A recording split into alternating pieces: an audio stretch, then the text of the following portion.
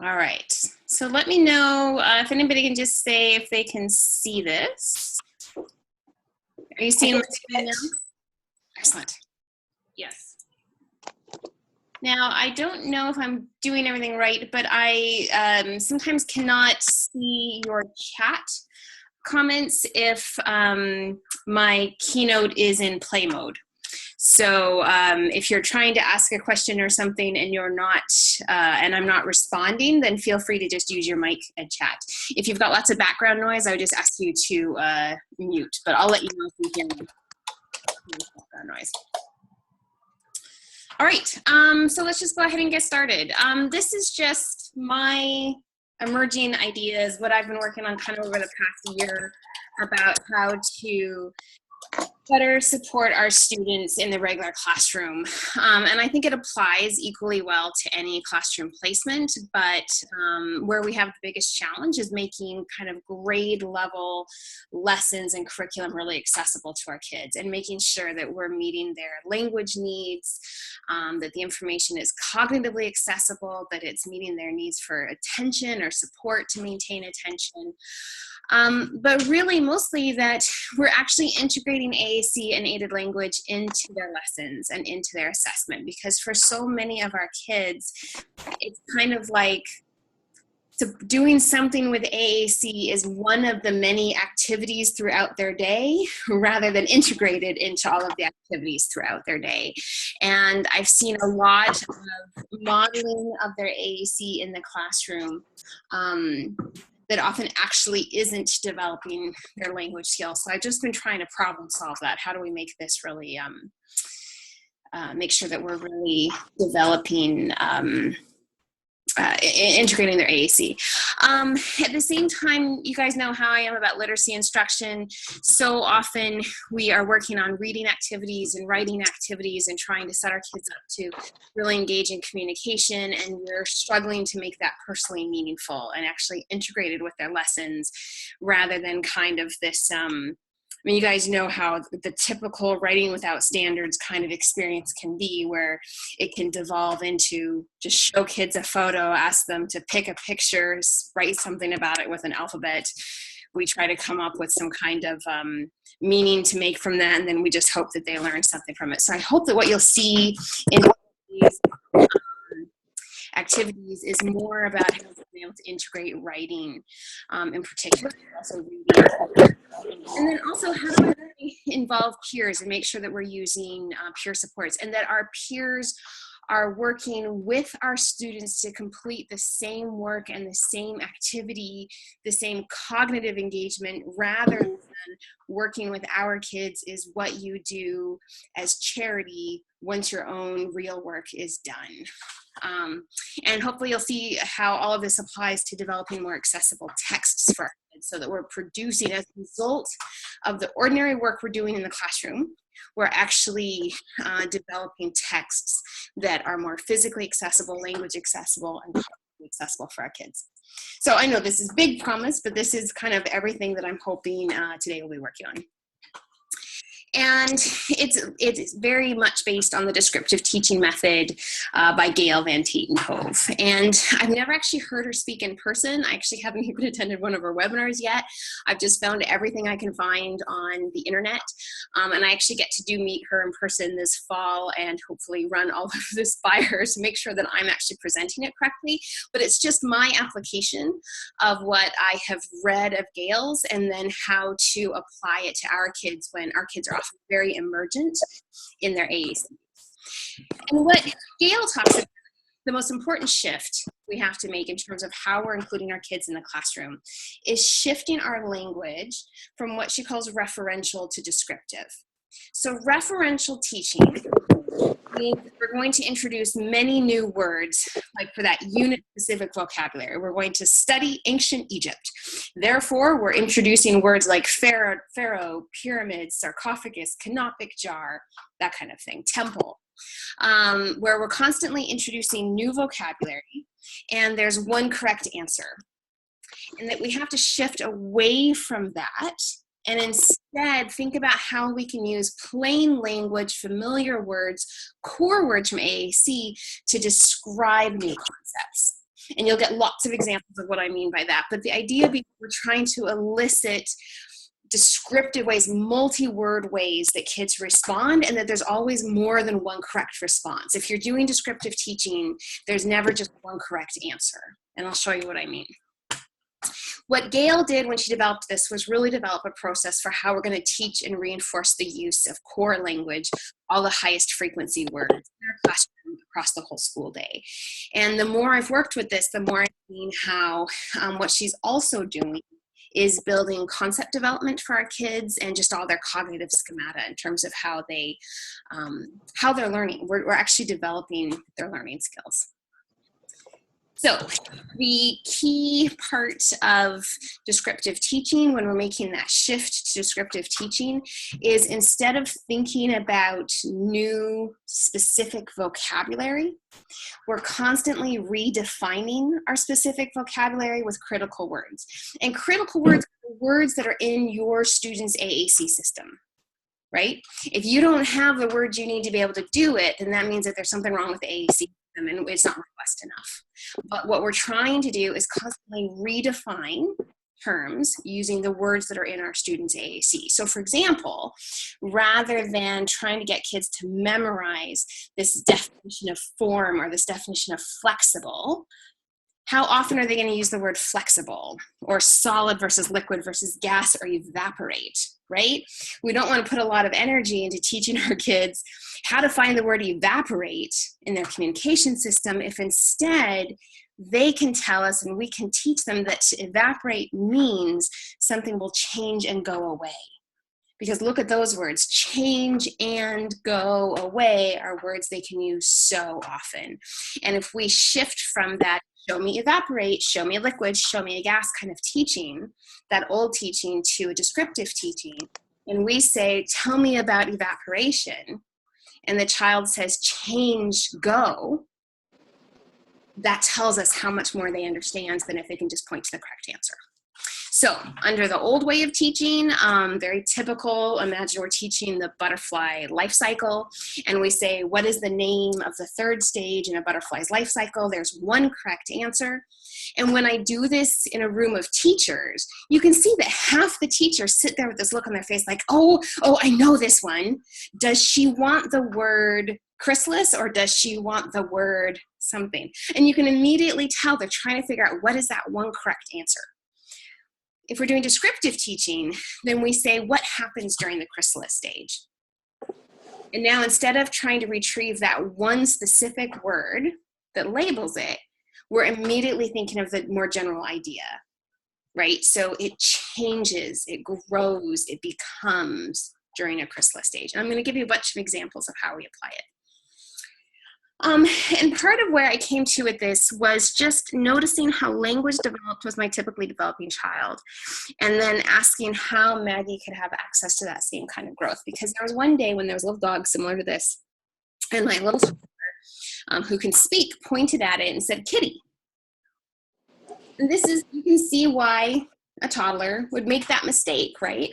And it immediately sparked this entire conversation about, well, what is a cat and what is a dog? And what happens when a dog is the same size and shape as a cat, right? And it just got into this whole concept of what's a kitty and what's a doggy, and how are they the same and how are they different? So what is a cat? Well, she understood that a cat had 4 legs and a long tail and it's furry, has a nose, lives with humans, it's kind of small, has pointy ears.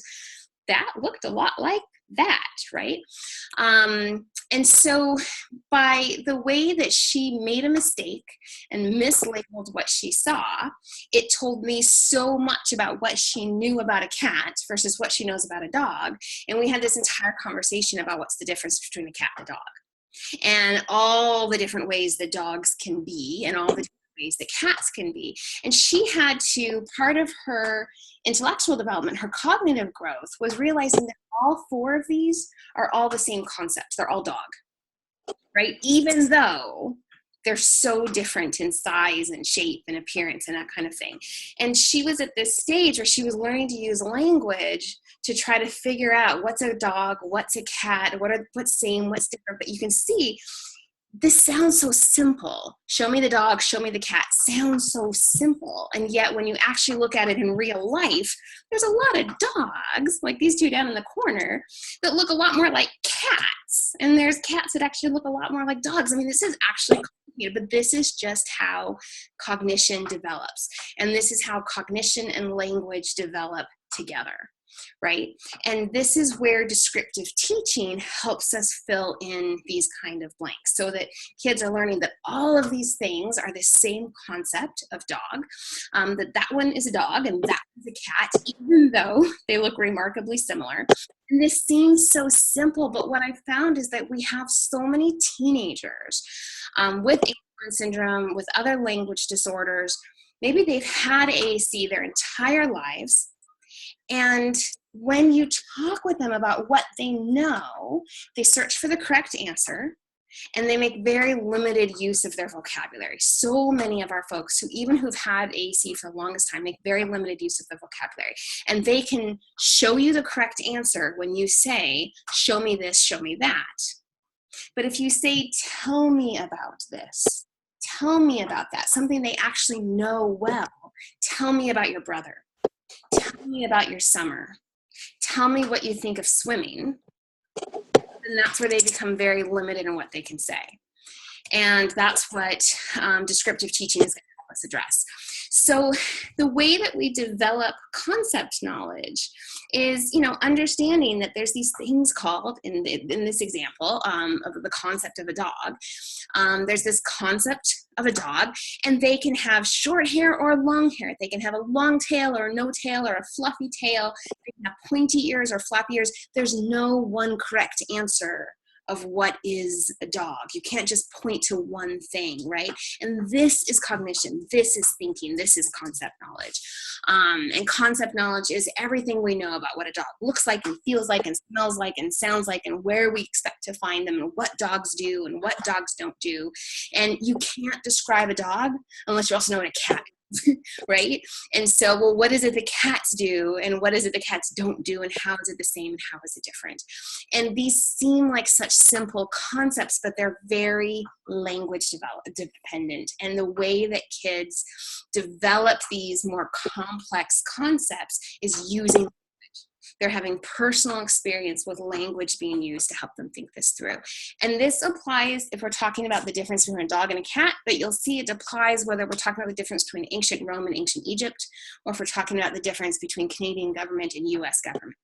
This concept knowledge kind of framework. And what I saw with my own speaking daughter is how her concept knowledge grew over time as she had more and more experience and could use language to kind of describe these differences between dogs and cats.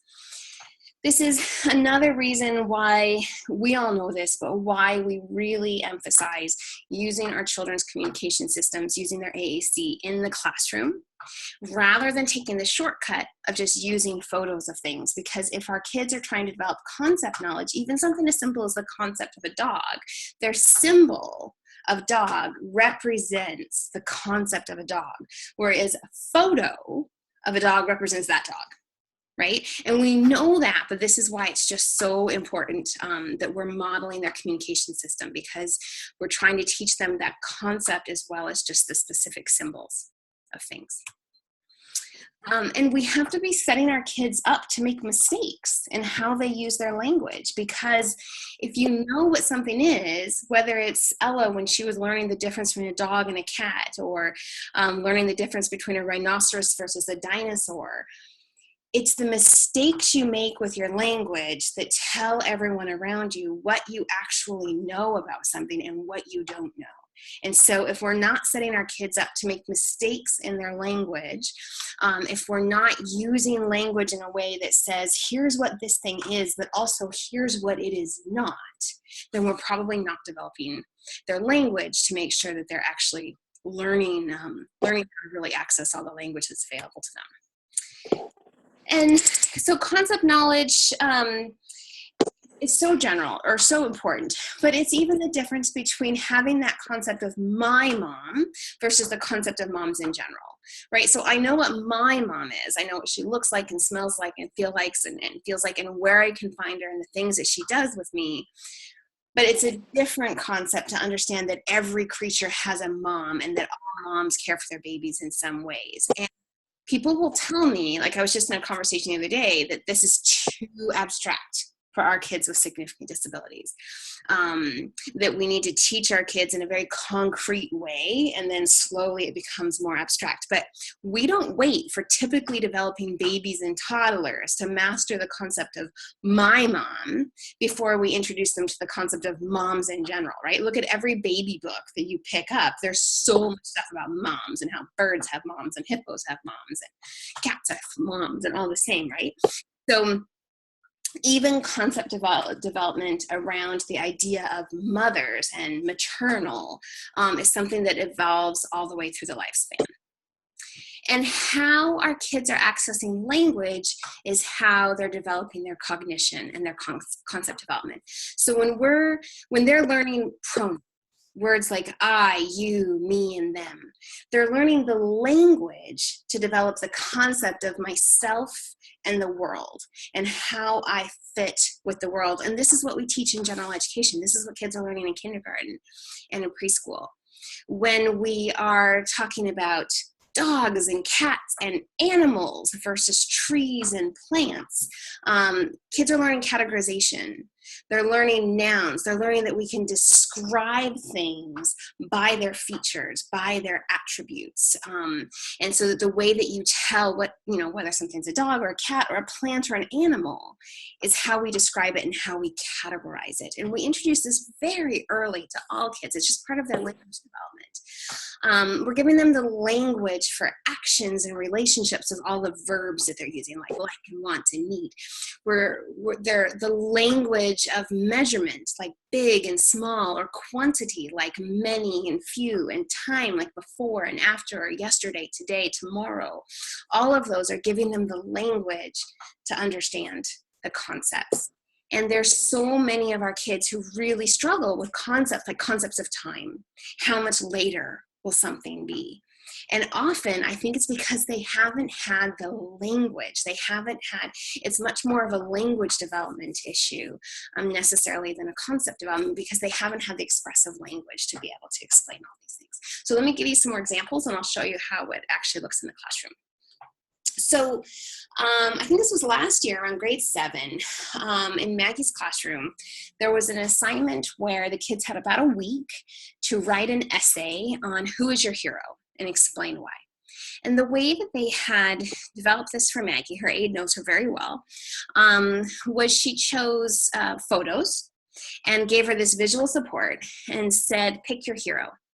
So your job is to find your hero. So Maggie, when presented with these pictures, there's 2 characters from Harry Potter. There's her favorite TV show called Wolfblood. They're like teenage Scottish werewolves or something, and Ruby Bridges. And when presented with these 4 pictures and told, pick your hero, Maggie picked Hermione. She loves Hermione. That's awesome. But does Maggie actually know what a hero is? And in how that took like 30 seconds. It took like So the aide had prepared these photos. Maggie picked one. All the rest of the kids have a week to write an essay really thinking about who's their hero and why. Where was Maggie supposed to go with this? And you can't just say to my own daughter, you can't just say, so tell me why. She doesn't have that expressive language yet. And I was really concerned. I wasn't convinced that Maggie actually knew the concept of a hero and that she'd actually acted on that she'd actually chosen her hero just because she'd pointed to a picture, right? And so what I said was, well, let's just take like a bubble map, like a concept map. And now let's model for Maggie. Let's sit down with a classmate. And can we fill this in? What are the words that Maggie has in her AAC system that tell us what a hero is? What are all the words we can find in her system? So here's some of the words they found. Brave, smart. A hero could die. They take risks, right? They're willing to sacrifice. They do not give up. They work hard. They're strong. So let's have that whole conversation. And this is a really simple preparation, is to just have blank concept maps. I love these blank bubble maps because we're going to fill them in, and this is our record of what we will model about what a hero is. We just keep track of these. Well, now let's look at Hermione. What are all the words in Maggie's system that tell us about the character Hermione Granger, right? If that's one of Maggie's potential heroes, how do we describe her using the words that Maggie has? And one of the things we do with Maggie is when we're modeling words like this, or what her aide and her classmates will do, is they will, part of the system is we're not expecting to just hand Maggie her AAC and say, tell us about Hermione. She's much more emergent than that. But she always has a way to say, that's it. She really likes sticky notes, so that's it. So as other people are navigating her system and scaffolding to different pages and finding words that describe Hermione, then we basically use a form of partner-assisted scanning to say, okay, Maggie, here's what we've come up with so far about Hermione. She's smart, she's brave, she's strong, she works really hard, she's a friend, she really likes Ron, she has curly hair, she's pretty. What of those things can you tell us that's it when you hear the word you want? Do you think she's smart? Do you want to say she's pretty? What of these things are what make her a hero? What are these traits that make her a hero?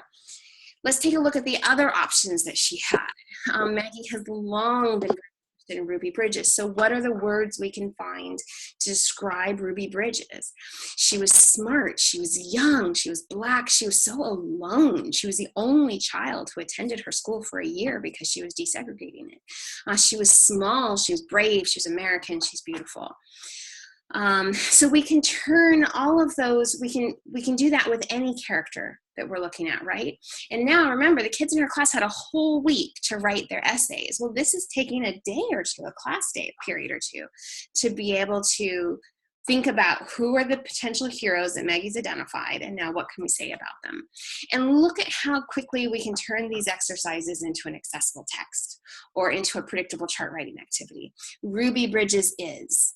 Maggie, you tell me that's it. We've already generated the language in her system, and we all pick different words, and it becomes like a predictable chart writing activity, or it becomes a simple text or a simple presentation. We can write these out as a sentence and say, okay, now let's go into Google Images and represent this. And so here's one of the ways that became a text, right? So based on the word.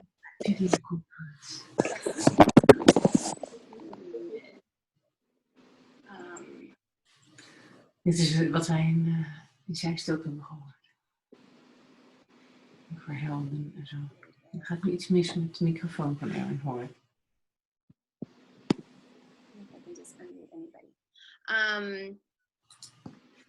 So someone, if you're having a conversation, just put yourself on mute if you can. I'm going to have time figuring out who it is who's got all the chat going on.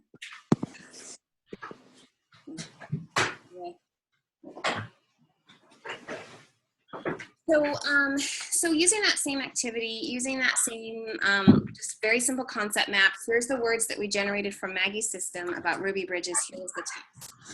Ruby Bridges was Black. These are all words that Maggie has easy access to. What do we know? What's the added information we can provide? The Black students were not allowed to go to school with white students.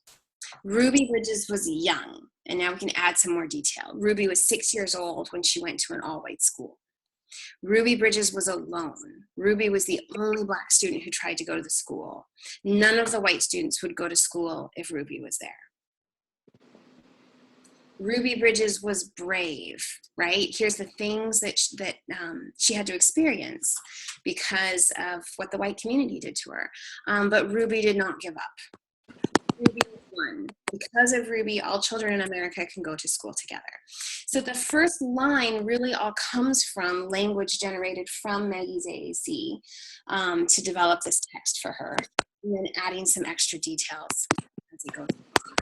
So this is just how this kind of really simple concept map activity can then lead you to developing more text or more presentation. You can see that we're going to use Maggie's language, but the text is something that whether you're in her high school class, middle school class, elementary school class, it becomes, you know, equally effective.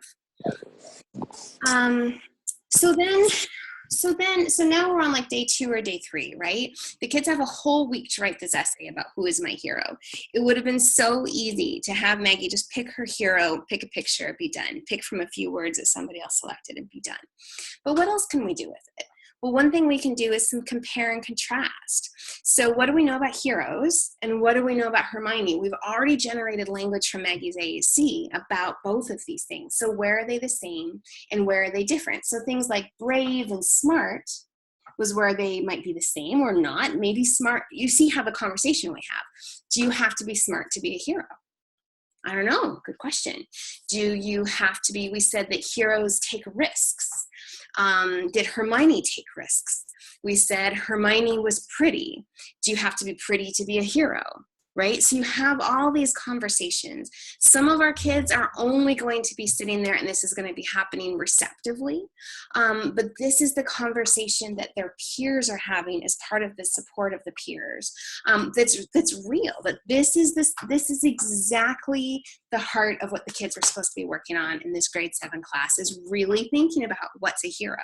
And so by supporting Maggie, they're not doing anything cognitively too simple, right? They're engaging more deeply in the curriculum. And then we talked about, well, if we're going to talk about a hero, then what's not a hero? Can we talk about what a hero is not? So words like afraid, words like scared, words like run away. Can you still be a hero if you do any of those things? Let's look at the other words in her system. You know, dishonest, honest versus dishonest, honest versus not honest, right? We can talk about where those words go. And for some of our kids, this will be really just receptive input for them. And for others, we're going to be able to get a lot more out of them. But this is how we're really going to develop their language. And we can do it with all the options. So here's what we know about a hero. Here's what we know about Ruby Bridges. And now, having gone through all that, taken all that language generated around Ruby, here's what Maggie then selected. My hero is Ruby Bridges. Ruby is Black, beautiful, and brave, right? So based on the words. So Maggie, you tell us that's it. Do you want to say Ruby was alone? Do you want to say she was small? Was she brave?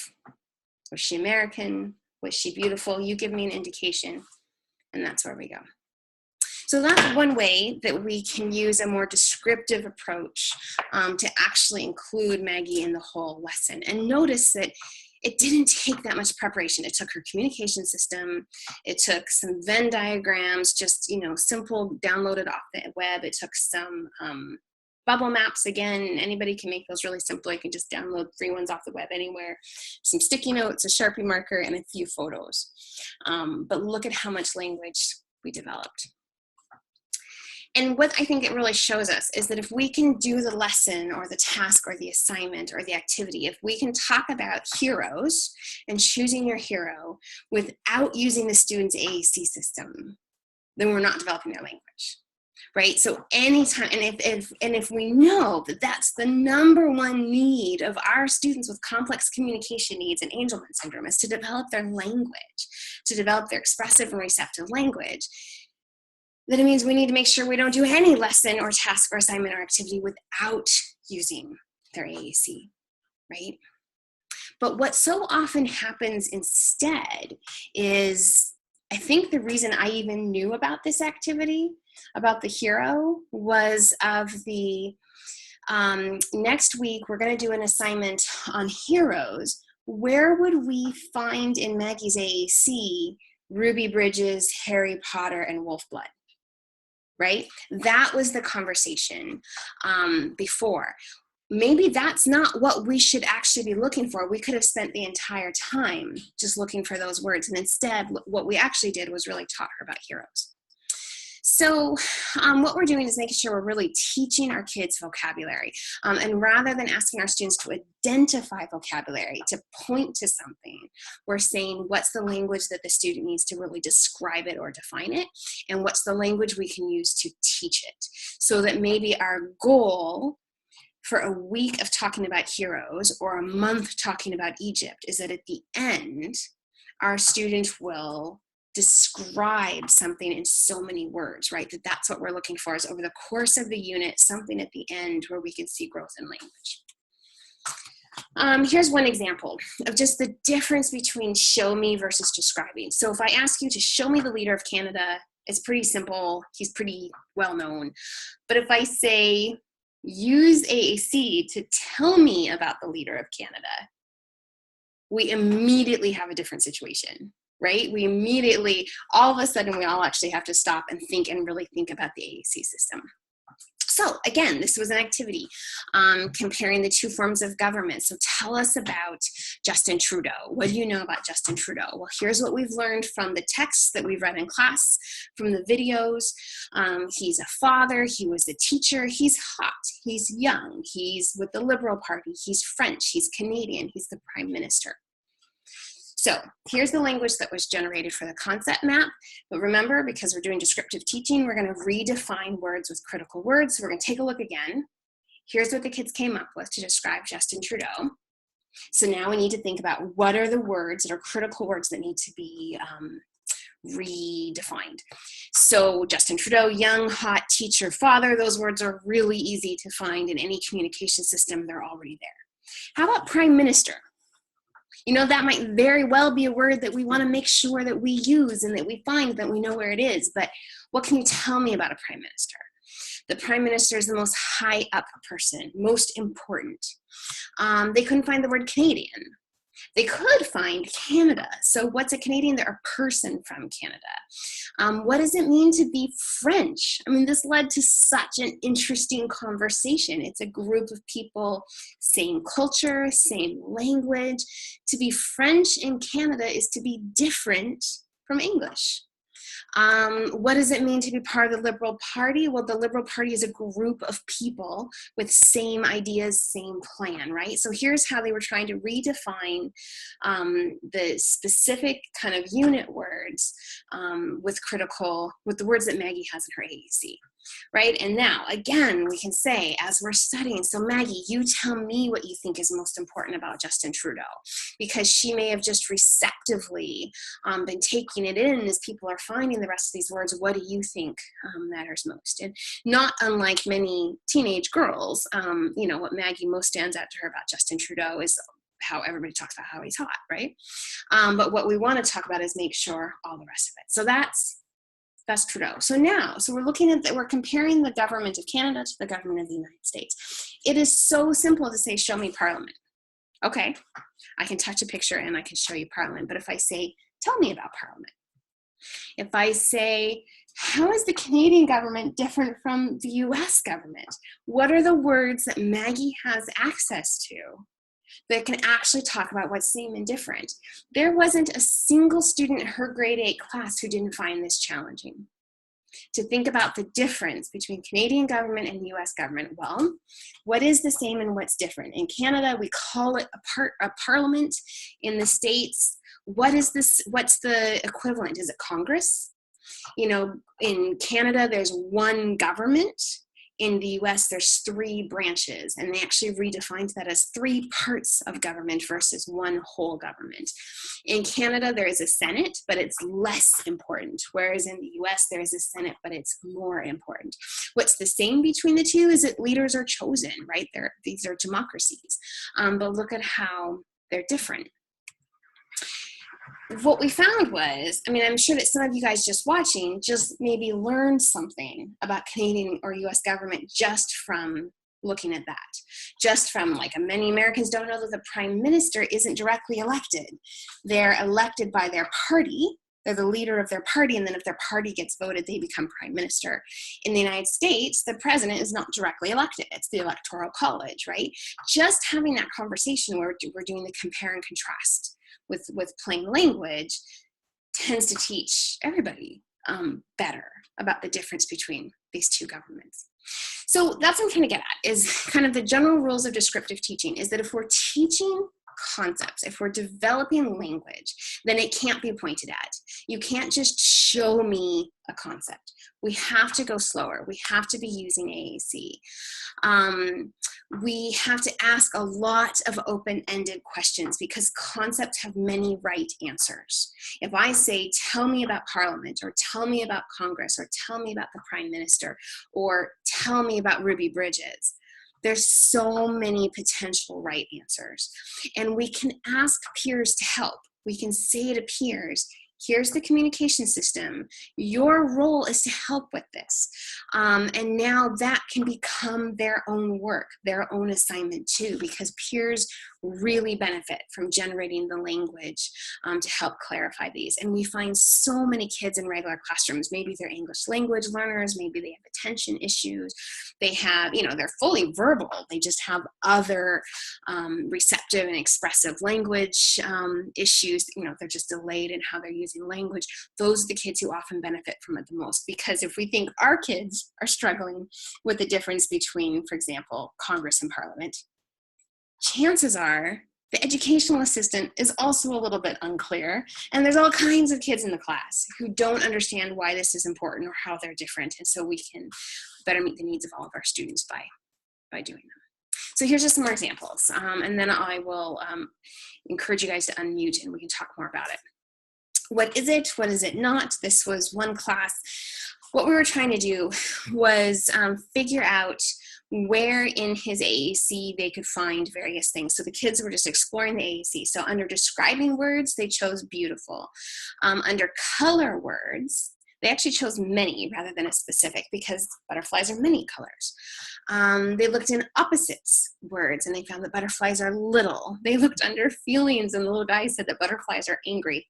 Okay, I wouldn't have said that. Another little guy said, I don't think butterflies are angry, but I think bumblebees are. Okay, there you go. Look at the conversation we have when we make it more open-ended. So what is a butterfly not? Well, it's not dangerous. It's not big, and it's not a caterpillar anymore. So these were some of the things that just came out of, I think it was a grade 2 class looking at butterflies. Here was ancient Egypt. So again, our job is to redefine with critical words. At the beginning of this ancient Egypt unit, this is what the special educator had done, was identify this language. This is the vocabulary that she was going to teach Maggie. So by the end, Maggie would be able to show me a desert, show me the pyramids, show me a mummy, show me a pharaoh, show me a tomb, show me a slave. This is one of the first years when we were trying to figure out this descriptive teaching approach.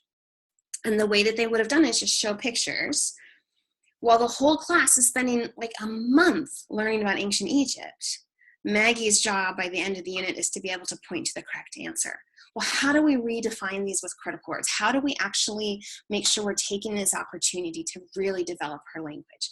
And how are we as a class learning where to find words? So let's think about it. So let's take a word like pharaoh or tomb or desert. We can take any of these. Let's just take tomb. So here's the front page of her AAC system. As soon as you start thinking about redefining with critical words, you have to ask yourself, oh, that's a good question. Where would I find these? You have to think about the structure of the vocabulary. You start looking at the folders and the categories, right? If I'm trying to define a desert, then I look at this. What would have happened before was her team would have looked at this and said, okay, we're trying to teach her desert. Where would we find the word desert? It's in places. We're going to go to places, and now we're going to just keep modeling desert. But is that what really matters? And how often will Maggie use the word desert?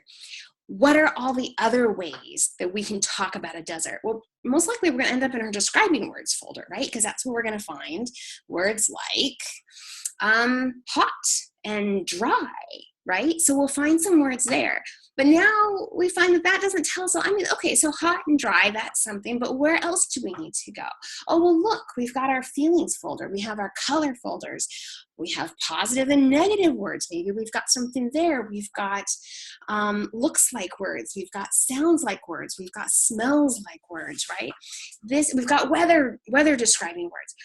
This is what makes the school team, the classroom team, actually learn how the AAC system is structured. Whatever system you're using, often we haven't really dug into it. Often we've found where the colors are, or we found where the shapes are, or we're studying butterflies, so we found where butterflies are under animals, but we haven't really dug into the structure of why that system is organized the way it is. So here's our looks like words, right? And this is what happens as soon as we take a descriptive approach. Then we sit here and go, okay, well, let's see. We have a folder of words of looks like. We're trying to talk about desert. So let's look at our looks like words. Are there any words here that make sense for a desert? Is it awful? Is it beautiful? Is it bright? Is it clean? Is it dark? Is it right? We may or may not find the words we're looking at. Well, let's look at our feels like words. Is it bumpy? Is it dry? Dry. There we go. We're talking about a desert. Is it hot? Is it light? Is it rough, right? Is it wet? Oh, well, that's a word of what a desert is not, right? Here's our abstract words. This is where they found alive and dead. It had never occurred to them to dig into the abstract describing words.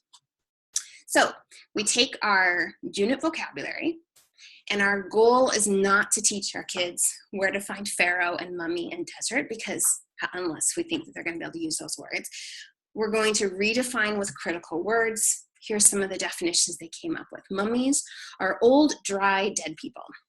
The pharaoh was the most high up person, most important. So that's really interesting. We also used words like most high up person, most important, to talk about the leader of Canada. We would also use that language to talk about the president of the United States, or any elected official, right? That they're the high up and most important. Here's where we find we're going to use words over and over again, and here's where we're developing concepts, like the concept of a leader, right? Oh, a pharaoh is a leader. I know about that because we studied American government, right? That's where we're starting to actually really develop these ideas. We're developing verb use with things like tombs, because dead people go in them.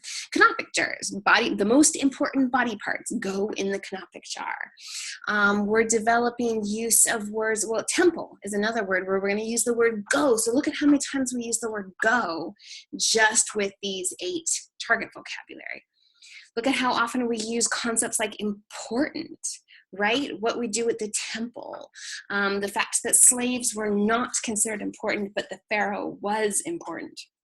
So these are the kind of concepts that we're slowly developing. We don't expect kids are going to study one unit and come out of it using the word important, but notice how important will carry across so many units, right?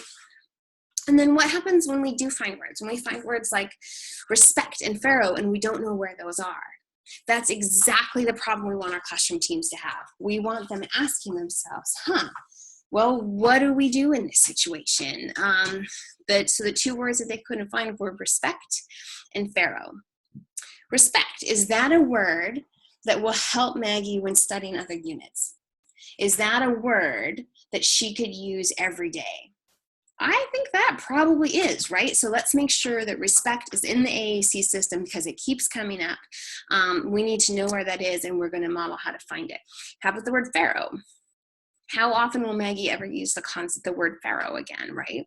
And that's kind of how we think about what words we need to make sure are added to the system. It would be so easy to study ancient Egypt and add pharaoh to her people words. And then 3 weeks later, we're studying ancient Rome and we're adding gladiator, and 3 weeks later, right? And to just end up with this massive folder of titles that never get used again. Whereas words like respect and important and most high up can actually tell us what a pharaoh is, as well as many other leadership roles in society. So then the ways that we can use this in assessment, for example, is now, Maggie, tell me what you know about a mummy. tell me what you know about a tomb. Tell me what you know about a pyramid. And if we've got kids who aren't expressively using their AAC yet, then we can do more of that partner-assisted scanning approach. So, Maggie, tell me about a mummy. I'm going to share some words with you. I'm looking in your describing words. And I want you to tell me that's it when you hear a word that you think applies to a mummy. So is a mummy nice? Is a mummy young? Is it old? Oh, that's it? You think a mummy's old? Okay. You see where we can go with that? It can just allow much more modeling and much more kind of authentic participation. And it also directly leads to making adapted text. So we like to take whatever the unit vocabulary is and make an alphabet book with it, because Maggie's really working on her alphabet knowledge. So P is for pyramid. But what do we know about the pyramids? Well, people made the pyramids. The pyramids are big. So these are some of the words that Maggie would have been involved in choosing. Okay, so we're making the alphabet book about ancient Egypt. S is for sarcophagus. Tell me what's the most important about a sarcophagus. What's important? Well, people made it. There's a whole bunch of things in ancient Egypt that we studied that people made. What do we know about it? It was big. What else was important about the dead body was put in the sarcophagus? That kind of thing. That's how Maggie found the word dead, I think, was by studying ancient Egypt. Some of our school teams really like just having extra graphic organizers. So a bubble map and a concept map, I think, are what we often just need. Here's a team that as a prompt for the educational assistant, they actually put the icon of the folder to look in, or the category to look in to find the word. So this is just a simple graphic organizer to describe a character. And they added that icon of where to find it. They also made some adaptations so that they could just get their student used to the idea that whenever we talk about a character in a book, here's the 4 places that we're going to look for vocabulary. And based on that student system, these were the ones that made sense. So positive describing words, negative describing words, look like words, and feeling words. That's what that team wanted for that student based on their goals for that student. So you can see how this immediately changes things. If we're reading Harry Potter or we're reading Hatchet in class, if it's predictable that we're going to describe a character, if it's predictable where we're going to look for those describing words, if I know that what we do when we're reading is I'm listening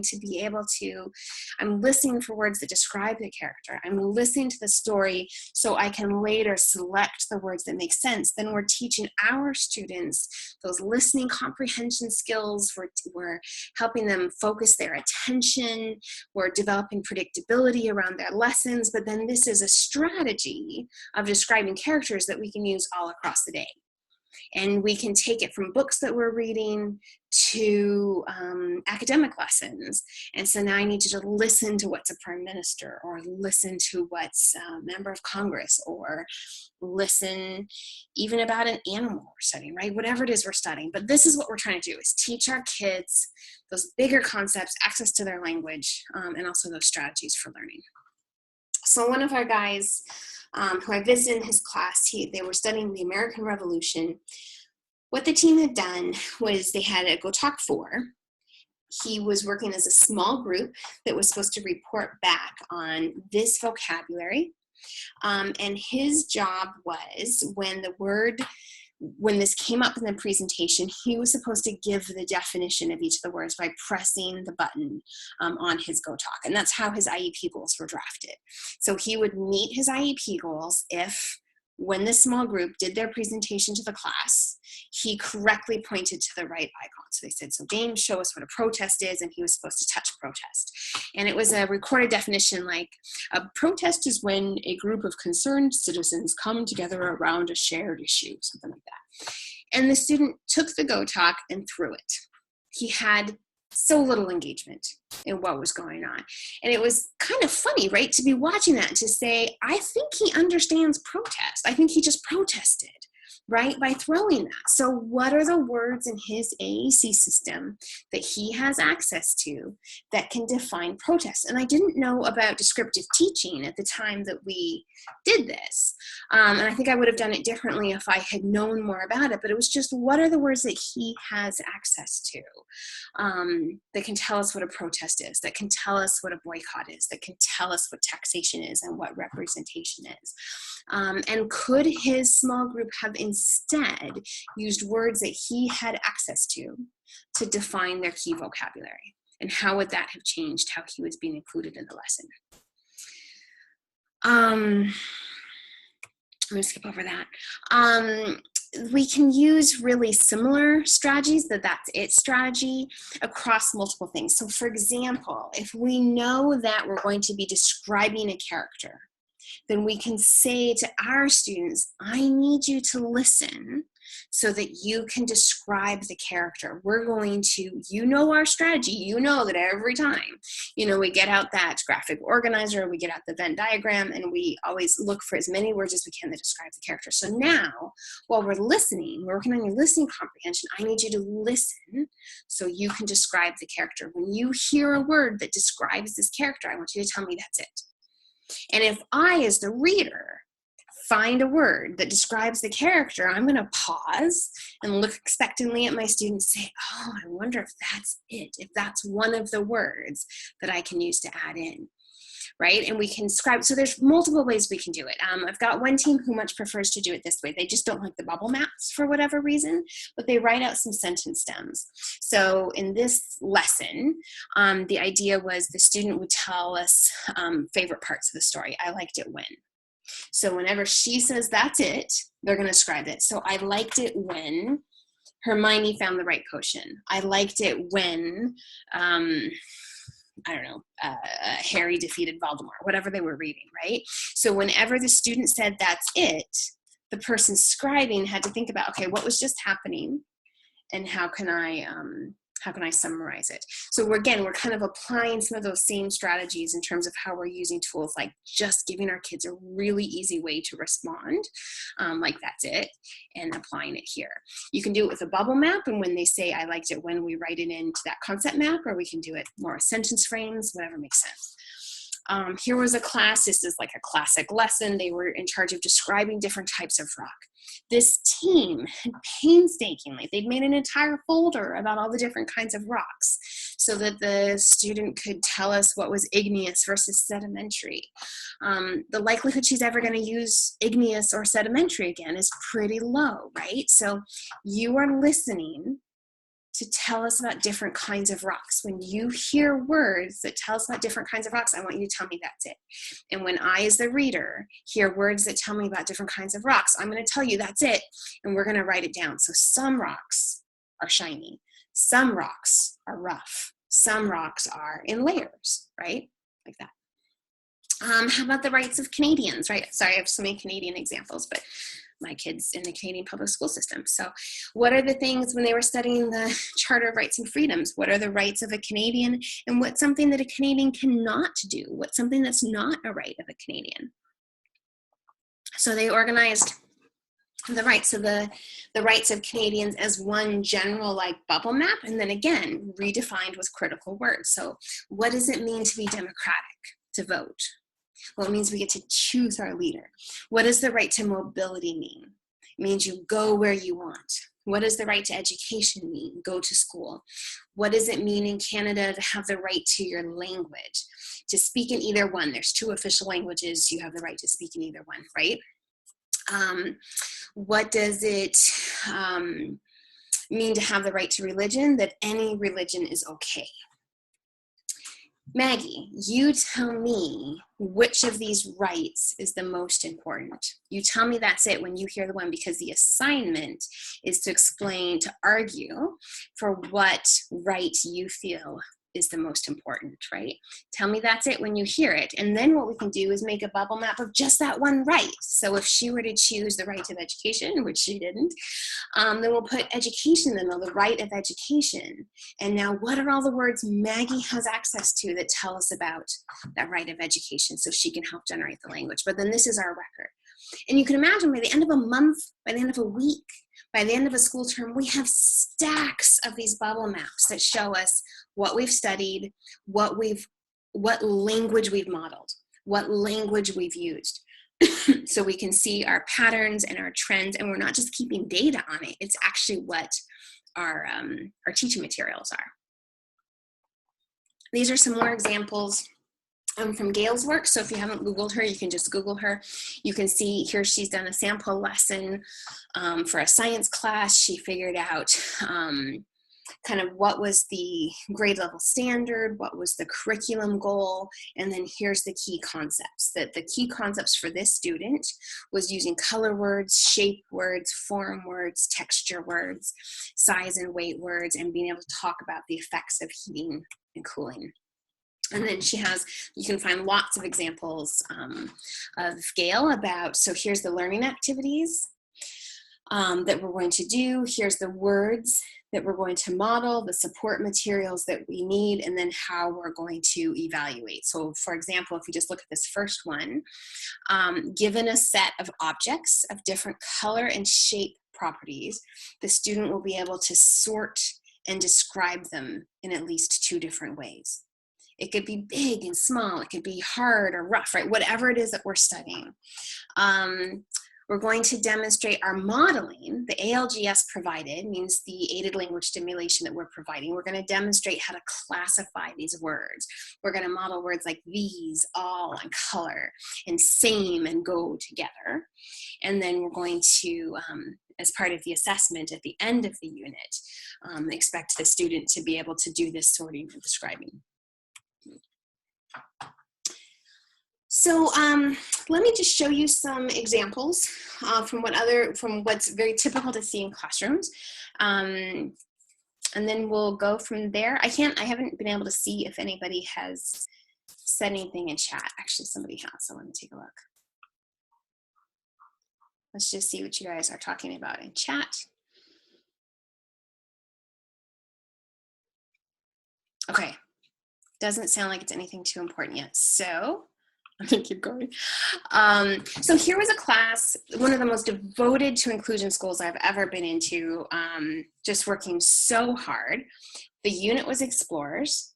There were all these adapted texts. They're using symbol supported text, which we can say lots about why that's actually not a very good idea. But let's just look at some of the sample text. So we're talking about the fact that explorers travel, explorers find new lands, they found the Americas, explorers travel by land, they also travel by boat. Our student's job was actually to reconstruct sentences in the symbol order once this had gone through. But we tried figuring out, okay, could we just map it? So we're learning about explorers. While we're reading the book, what is it that we're learning about explorers? Well, explorers travel, which means they go places. Explorers find things. Explorers use tools like maps. And so over the course of the unit, we can fill in this bubble map. And you can see how this helps all of the kids in class understand what explorers are by thinking about what does it mean. So explorers travel, oh look, we can actually add on that, we can build on that because they go in boats and they also go on land, maybe they go in wagons or with horses, right? And as we learn new things, we're going to fill it in and we're going to use language our kids have access to. Same school in science, at the same time they're studying explorers, they're studying adaptations, right? So animal adaptations and evolution and all that kind of thing. So animals change to get what they need. Adaptations help animals protect themselves. And adaptations help animals make a home. You can see there's a lot visually going on. There's a lot of questions about there's a lot in terms of how we've structured these books about whether it's necessarily the most useful. But let's think about, is this developing language? A spider's web catches flies, right? Because a spider's web is an example of an adaptation. Animals stay underground to stay cool in the desert. There's lots of information here, but are we really developing our students' concept of adaptation and developing his language?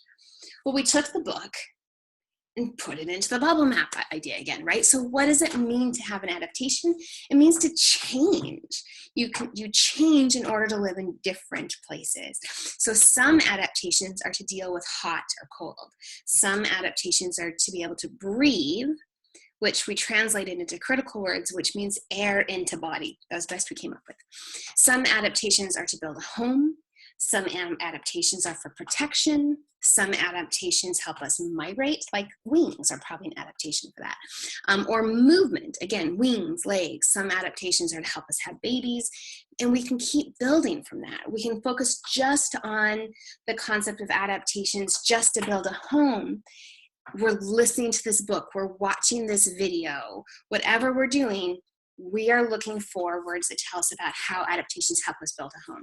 Oh, so here's an example of building a home under rocks. Here's an adaptation.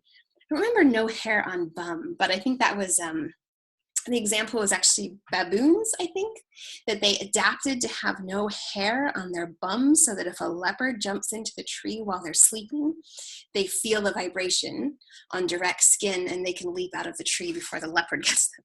Kind of an abstract one, but it was in the text. They might find a hole in a tree, they might dig a hole in the ground, they might make a nest, right? So these are just some ideas. This is just what the class was studying.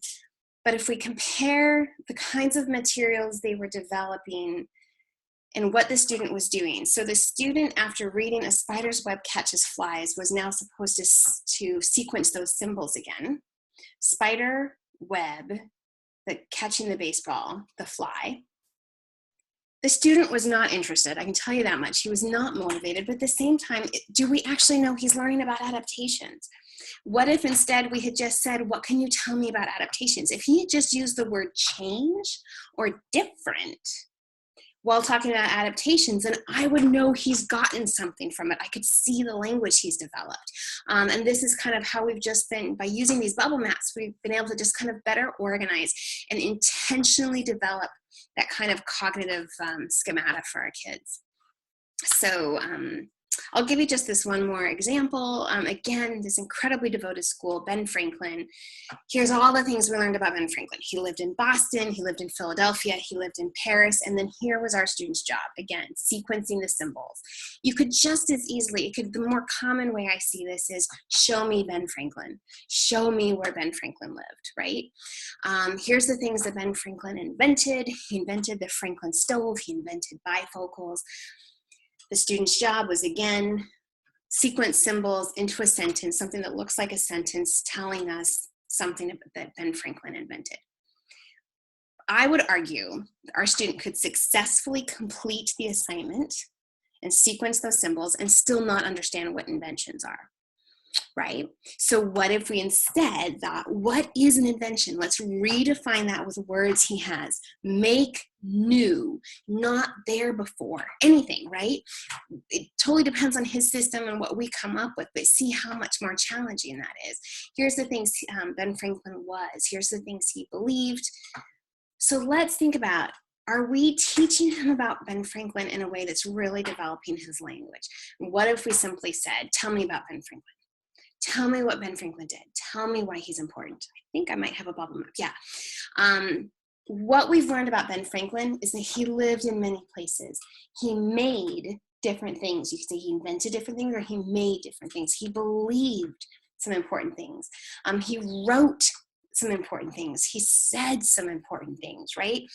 And we get so much more coherence, both for our student with complex communication needs about why Ben Franklin matters, as well as for classmates who are also trying to memorize all these facts but may not be able to.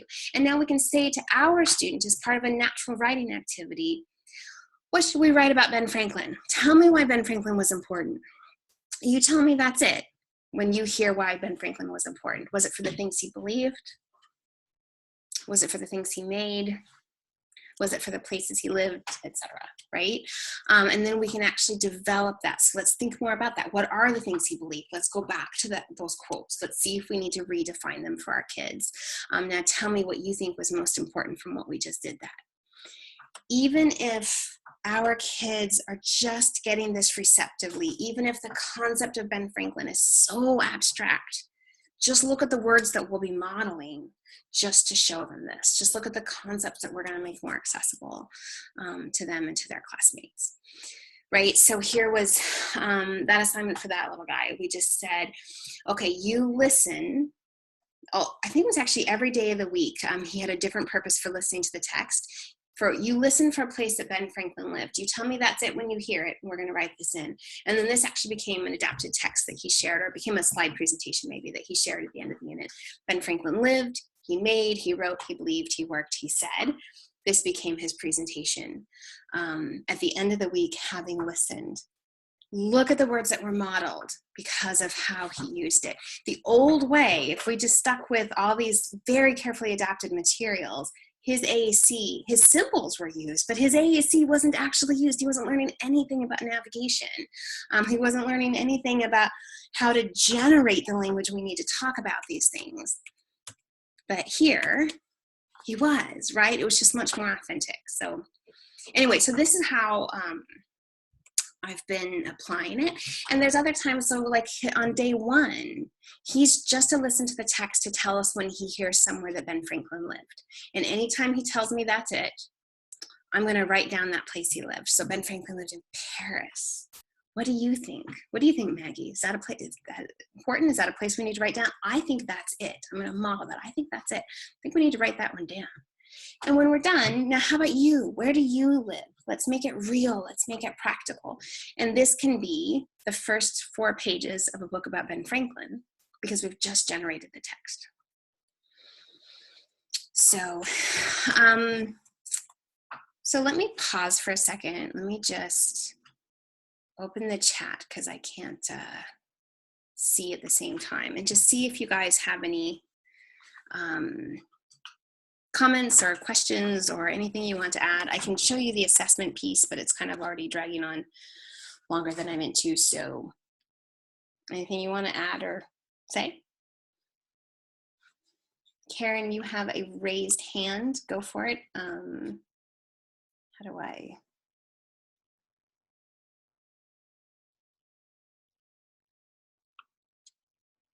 All right, can you hear me now? Yes, now I can hear you. Sorry, I had myself on mute. These are all like really great ideas. You got my brain going, and I really thank you for that.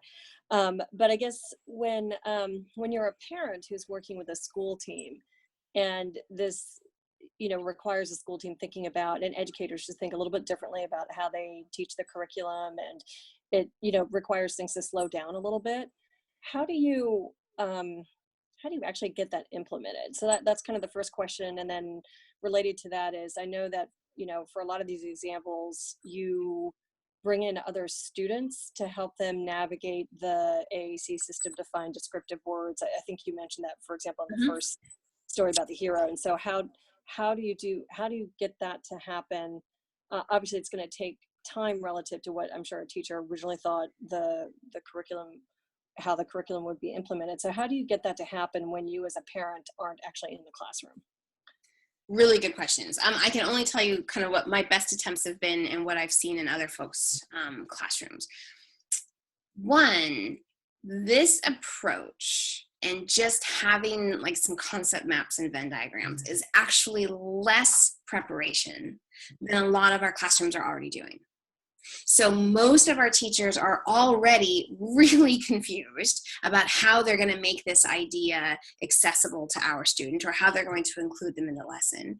And lots of like our special educators and our educational assistants are putting a tremendous amount of time into trying to make special materials, often lots of visuals.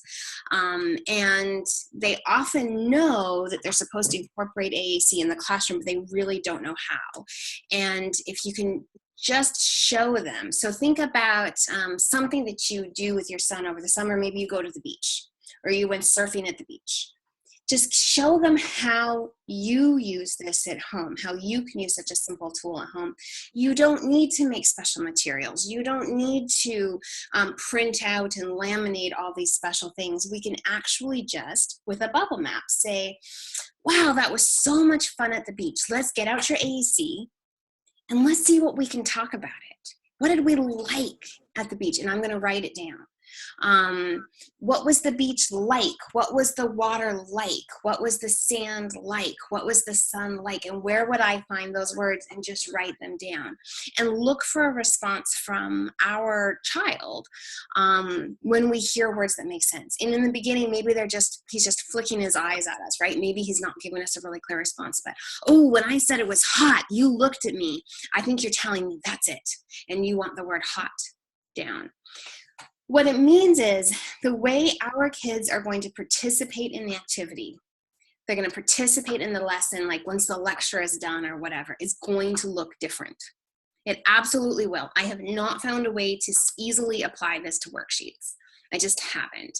And I skipped over one of the examples earlier, but I've really given up trying to make Maggie's words look like the other kids. So in this example on this page, I think this was grade 6 or grade 7, the kids were listening to the same chapter book in class. The rest of the kids were supposed to sit down and basically write the summary of the last 2 chapters about what had happened. And Maggie's job, because the summary was about the character's feelings, summarizing based on what the character was feeling throughout this, Maggie's job was just to describe the feelings of the character at a few key moments. So her assignment didn't look the same as the other kids, and I'm totally fine with that. I think we've actually made a really big mistake when we think that something like that is more inclusive than something like that. Then I think we're actually making a mistake, because I think that we can make things, or we can have students, assemble sentences like this that looks good to hang on the wall, but wasn't necessarily developing our students' language and that kind of thing. So I personally would say, be very open to the idea that our kids' work will look different. And I haven't had a single teacher not adopt this approach in some way once they've been introduced to it. It just makes sense. So if the other kids, for example, are supposed to do this worksheet and write this summary, if 3 kids work with Maggie and they develop words that describe the feelings of what happened, say, at 2 key moments, and that's what they turn in is maybe 2 bubble maps, or if they turn in as a result of their small group work, one of these graphic organizers, then that's how they did the assignment, right? The other kids did that, they did that, and it's fine, because look at how they cognitively did the same thing. I think that a lot of the resistance we get from teachers about having kids actually do their work with our kids is because it's reducing the complexity too much. They're afraid that our kids aren't learning, the other kids aren't learning if they're working with our kids. But if we're redefining critical words, if your job is to sit down and figure out what are the words in the pod book that express protest, what are the words in the pod book that explain what a boycott is, that's actually cognitively really hard. In some ways, that's harder than finding the actual proper definition and writing it down, right? So whatever the assignment was for the rest of the kids, if you participated with this pod book trying to generate the language, then you did something as cognitively interesting really as what the rest of the kids did. And what is your expectation with, for example, with those bubble maps? How many of the bubbles, like for example, your kid or my kid would contribute to filling out versus the other kids? Or do you have an expectation? I have no expectation. Maggie is overwhelmingly very receptive. She might just be observing this. That's it. In the real time filling out the bubble map, I'm not expecting. What I am expecting is that if we spend 3 weeks or 2 weeks on one unit, that at the end of 2 weeks, after we've gone back and reviewed, after we've, made our adapted text, after we've watched our videos, after we've said, these are our target words, these are our target descriptions, right? We've used the AAC system, we've watched videos, we've made these texts, that now my expectation is at the end of that unit, we can say, so tell me about a mummy. And not that Maggie would pick up her AAC system and independently navigate to her describing words folder and pick through several different screens and put together a grammatically correct sentence, but that I can say, so I'm going to read you these words from your describing words, and I want you to tell me which ones you think tell me about a mummy. And I can at least give her options, right? So maybe I'm looking for, I'll have 10 words prepared, and I want to say, and maybe 5 apply and 5 don't. That's more my expectation, is that I'll get that response, but not in real time. I mean, for at least for my daughter, I wouldn't expect it in real time. For some of our kids, absolutely. But for a lot of our kids, it's okay if they're just observing at this stage, because so much of what aided language input needs to happen is that modeling. And look at the problem solving that other people have to do just to find those words, right? It's the real, to me, the real strength of this approach is that it really teaches other people about how to find the vocabulary. Great, thank you. Mm-hmm. But that's where I use the that's it. So the that's it on a sticky note is how Maggie likes to do it, but you could use a Big Mac, right? And what we're doing is, in every lesson, rather than expecting that as we read this book, we're going to stop on each page and try to comment using AAC. That's where I see it fall down, is we tell school teams, we need you to model the system. And so we're reading about butterflies, and now they're trying to navigate to butterflies while reading the book. And it's just not working. To make it motorically really simple for our kids, to have a really simple response method. And it can be a Big Mac. It can be a sticky note. It can be a symbol taped to their desk. It can be, there's a whole bunch of different ways that our kids might show their response when they hear that's it, and then when they're therefore telling us that they want us to describe something. But that's just going to be more meaningful for them. So anyway, so you don't have to do the sticky note, that's it. But that's what I'm looking for. And we're going to develop that as a teaching strategy, that our students, that's one of our goals, is that by the end of this term, our student has learned that they can respond to text by telling us that's it, rather than having these goals where our students will, make this many comments. You guys have seen the IEP goals that people write about, while we're studying Egypt or while we're studying social studies, this student will learn so many things. Sometimes they're so well-intentioned, but they're just not really getting anything. If we can just get our kids to a point where they're responding to text, they're receptively responding, they have a really motorically simple way to say, that's it, that's important, then they're getting us to scribe down. We can have conversations. Well, was that important? Was that really it? I don't know, right? We can have those as conversations, but it's just a much simpler and more realistic way for them to participate in a lot of the lessons. Got it. Can you send these slides out? Are you okay with sharing them? I did. I posted them in the Angelman Literacy group as an attack. I think there's a handout. On the Facebook? Yeah, somewhere in that, I think in the same thread. Perfect. Thank you. Mm-hmm. Teresa, you raised your hand. Yes. So a lot in Emma's middle school, it's a lot of lecture time in middle school, and I anticipate even more so in high school. Mm-hmm. So can you talk about any hints about how to use these techniques would it be exactly the same way in terms of lecture time versus like a small group work? But it's my impression that there's a lot of lecture time that happens maybe at the introduction of especially lessons or units. Well, that's actually largely where we develop sticky note with that's it. Because with each lecture, give the student a very specific purpose for listening. Have it attached to a task. So the teacher is lecturing on different types of rocks. Your job is to listen for different types of rocks. Or your job is to listen for how rocks can be the same or how rocks can be different. So maybe all rocks are hard, but some rocks are shiny, some rocks aren't, right? Whatever it is, whatever that purpose is, but we have to give our kids a really concrete reason for listening. And it has to be attached to something. So for example, that's this lesson here. This could be a lecture on rocks, on rock types. And this might be all we prepare ahead of time. Is our goal is by the end of the lecture, Emma has told us that's it, to 3 different descriptions of rocks. And something has come up in the lecture, or afterwards we come up with something. Well, so what are rocks not?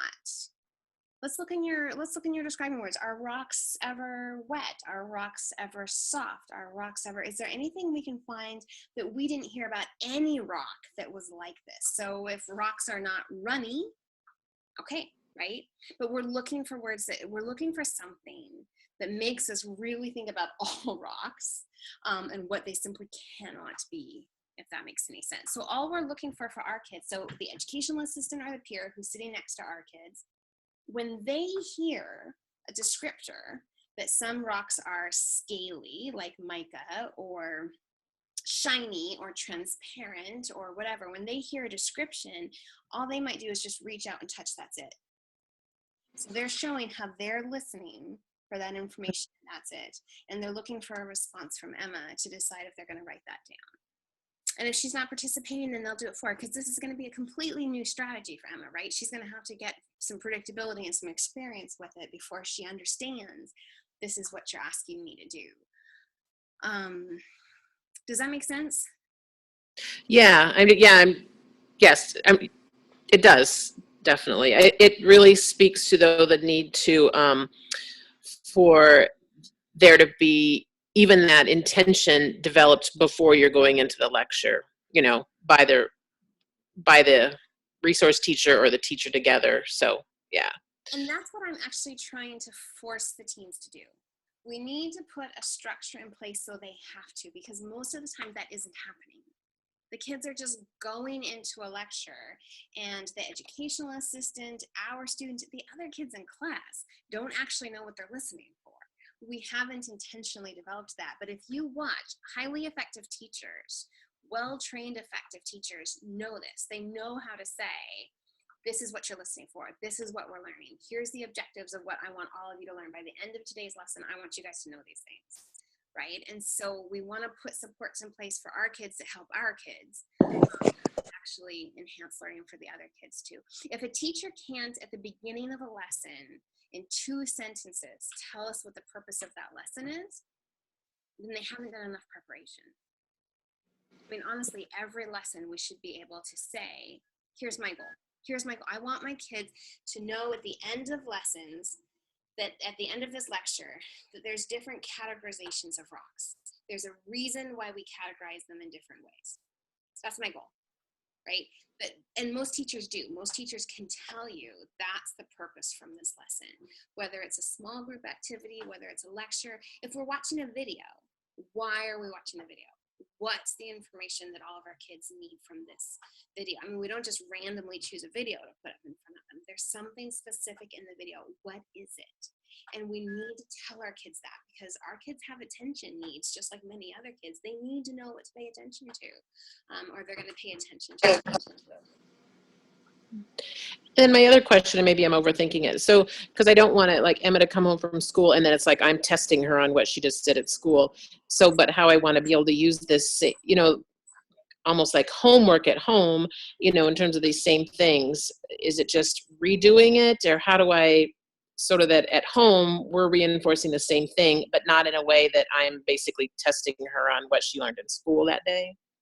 Well, so what I like to do is, if I can get the bubble map home, so let me just look for a bubble map. If I can get a bubble map home, and if I get it, let's say this is what comes home. Maybe all they did was take a picture of it on Maggie's iPad and text it to me. Then this tells me what they studied. If I wanted to do something with Maggie, we could turn these into sentences and into pages, right? We could make an adapted book. We could read further. Oh, interesting. So explorers go places. Where are the other places that explorers go? What are the other places they go? Let's see if we can find a picture. Let's look in Google Images. I'm going to type explorer and see how I'm creating this model of using the alphabet. I'm going to type explorers and horses into Google Images and see what we can find.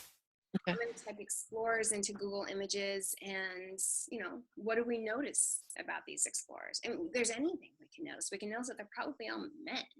We'll notice that they're overwhelmingly white.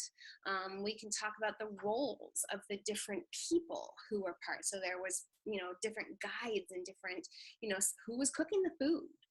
We can do anything we want with it, right, to try to build it. But what we want is, if we get this, then this tells us what was studied, and we can see where some gaps are. We can see what we can fill in, or we can just turn it into sentences.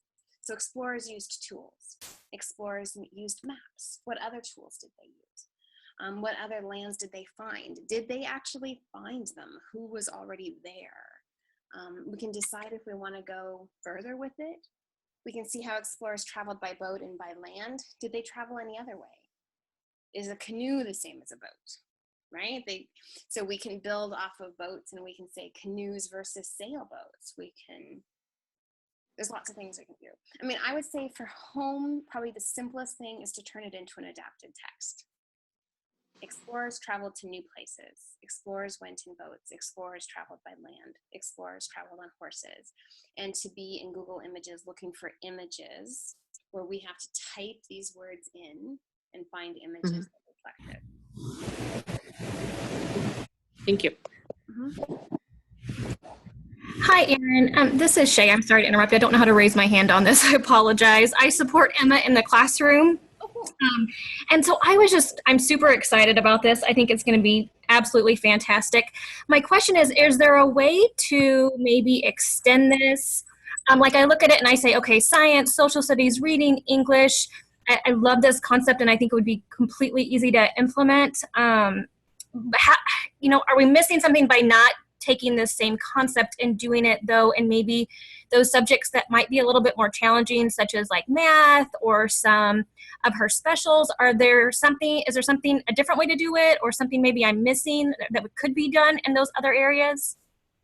So what first got me thinking about all of this was all through elementary school, we'd worked so hard on figuring out how to incorporate AAC in the classroom,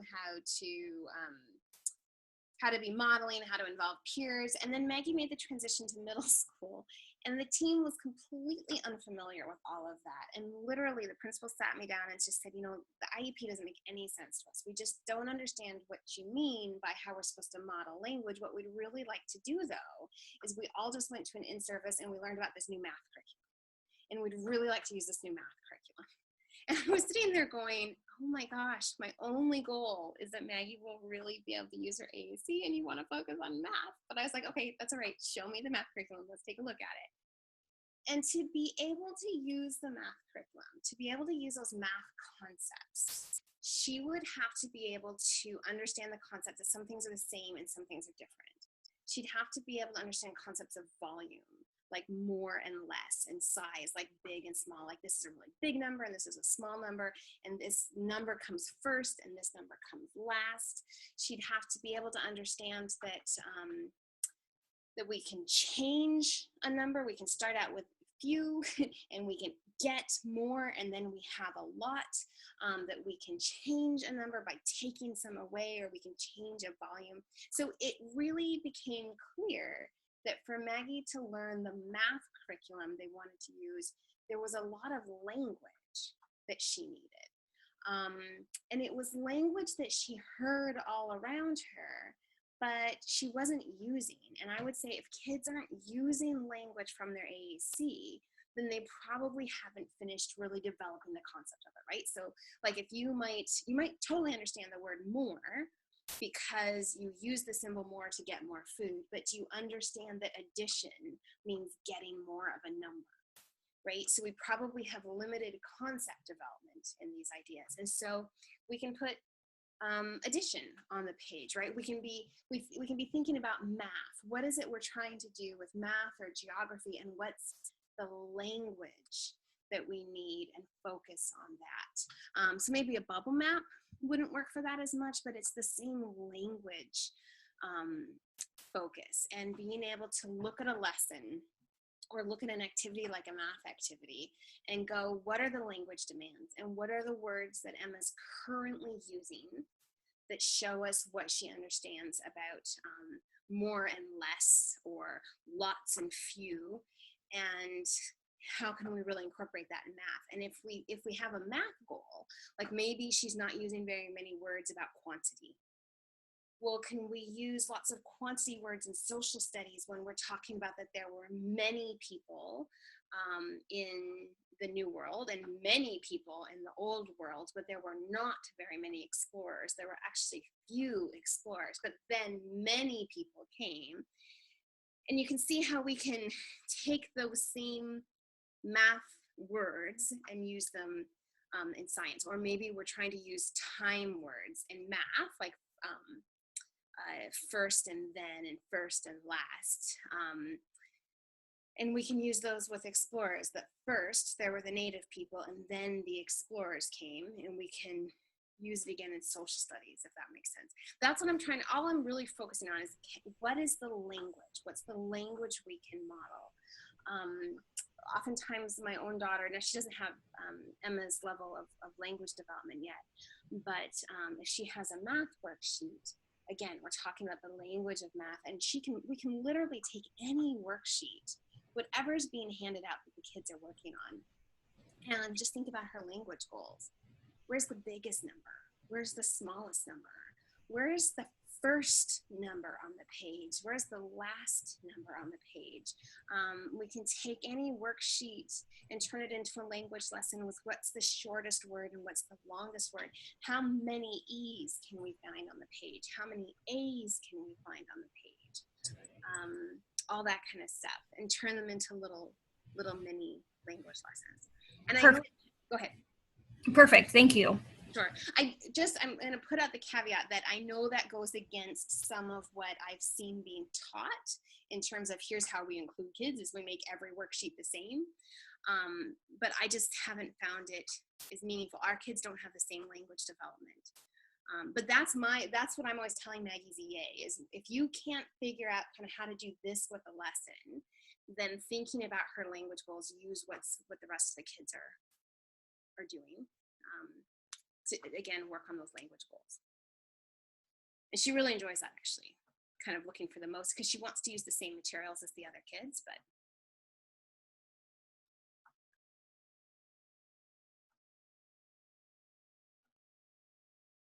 any other questions or comments? Did that all make sense?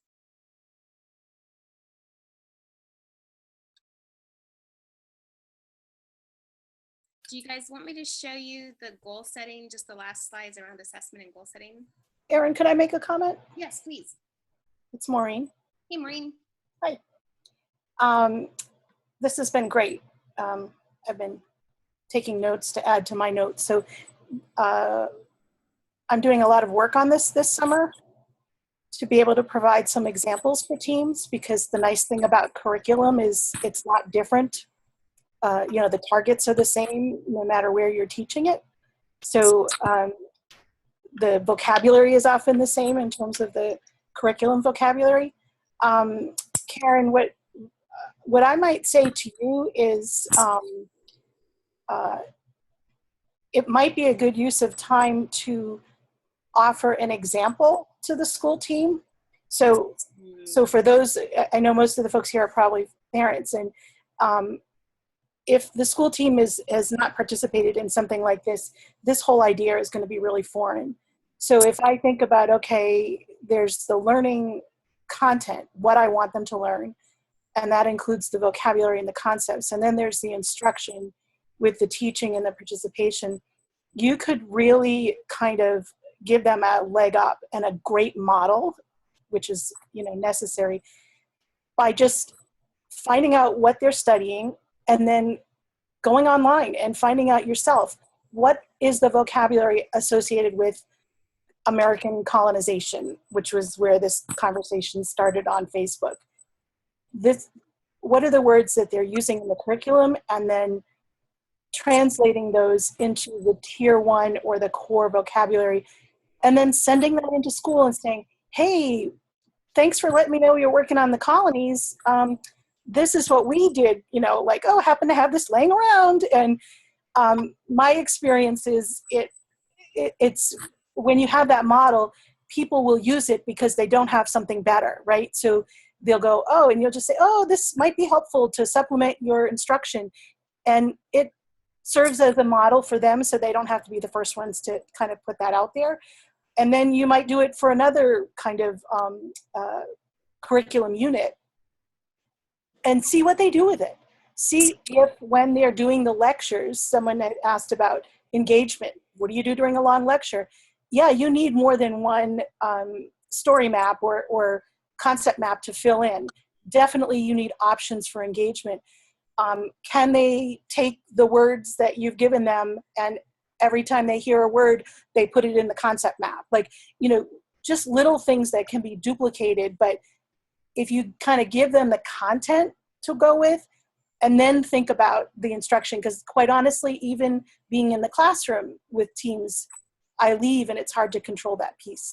So, but I think you'd go a long way if you felt confident, or even if you didn't feel confident, but capable of going online and finding the vocabulary and making a suggestion about just thought you might like to know what core words would go with this instruction and see what they do with it. Thanks. And most states and provinces put their curriculum online. The standards are all available. I'm trying to think of how those, Maureen, your suggestions are just so good. I'm hoping to work with Maureen. We're going to work at the end of July to try to develop this stuff into better materials, because there's no one better at developing materials for classrooms, I think, than Maureen. But I think that's really how, I know how I did it. In the beginning, I actually did it by looking up the curriculum online and making alphabet books for the class. Because that was just kind of the only thing that made sense to me. So, you know, I knew they were studying ancient Egypt, and I knew they moved on to ancient Rome. And so I pulled the vocabulary up, and at home we were making alphabet books. And, you know, which picture of a pyramid should we use? Which temple picture should we use? Trying to get Maggie engaged with it that way, and then sending it in. And I feel like if I had, that was fine, but I feel like if I had actually better organized it this way, it would have been more helpful to them. Because what they didn't know how to do then was figure out the role for Maggie's AAC in the lessons, right? So they had this alphabet book, but they didn't necessarily know where to go with it. The kids loved it. Her teachers loved the alphabet books. You can't incorporate an alphabet book in a lesson the same way that we need them to incorporate AAC. So that was the bridge, was figuring out that redefining critical words piece. I haven't had much luck getting access to the curriculum for my son's school in advance, but I like the idea of just sending samples in and just making it easy as possible, having some templates. Yeah, that would be great. Well, and I find the bubble maps are really non-threatening. If you give them a few filled out and just say, so that, here's my idea. I saw this online, that we can just fill these out with the words you're learning. Then as they come home, if they'll just share them with you, if they'll just take a picture, you can talk about, let's see. So they sent home that bubble map about, just give an example. Even if, like, let's say something like this comes home, then you know that they were working really hard on the vocabulary, and now you say, so, we were looking at these words at home and we were trying to figure out what are the words that, Andrew has in his AAC. So we looked at pyramids in Google Images and we saw that they were like this. Here's how we redefine them. What would you add to it? What else is important about pyramids? So we added that people made them and that they were big, but what else is important about pyramids? And just write that stuff in and send it back in, and they can keep going with it. But I love the classrooms that literally you get this big stack of bubble maps, and what teams will over time take from it is, what are these words that we need to make sure we actually add to the AAC system? Are we going to add the word temple? Are we going to add pharaoh? Are we going to add canopic jar? We're probably not going to add any of these, but we might add desert. Right? But we can actually look at what words were being modeled. What I was trying to do before this was, before I was doing the concept maps, I was trying to develop language goals. So here's the words we want Maggie to use. So if we want her to be able to use words like same, different, and change, those were 3 language goals. So we're going to look for every opportunity to model same, different, and change. And we talked about when could we use same and different in math? When could we use same and different in science? When could we use change in social studies? But that still didn't give them enough to work on at the individual lesson level.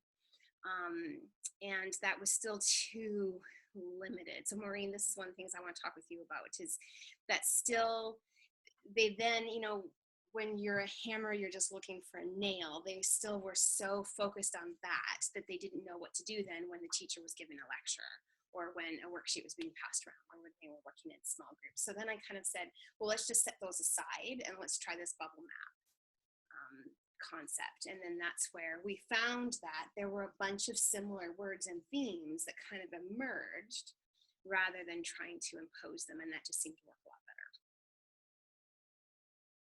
Can I just give an analogy that has helped me? Sure. So when you're looking at the concepts in the vocabulary and you're adjusting, say, for complexity, and you're saying, okay, my child doesn't yet have the verbal language to support this vocabulary complexity. So there's a mismatch, right? So I want to keep the concept, but put it into words that my child can produce and can learn to understand, because they should be learning the meanings of these words, right? So rocks are smooth. What does it mean to be smooth? I'm going to feel it. I'm going to touch it. Those types of things. And then what happens is the instruction that is provided in the classroom has already incorporated the learning targets unadapted, let's say. So I envision it like, it's like you baked a cake and now you're going to go in and pull out like an ingredient.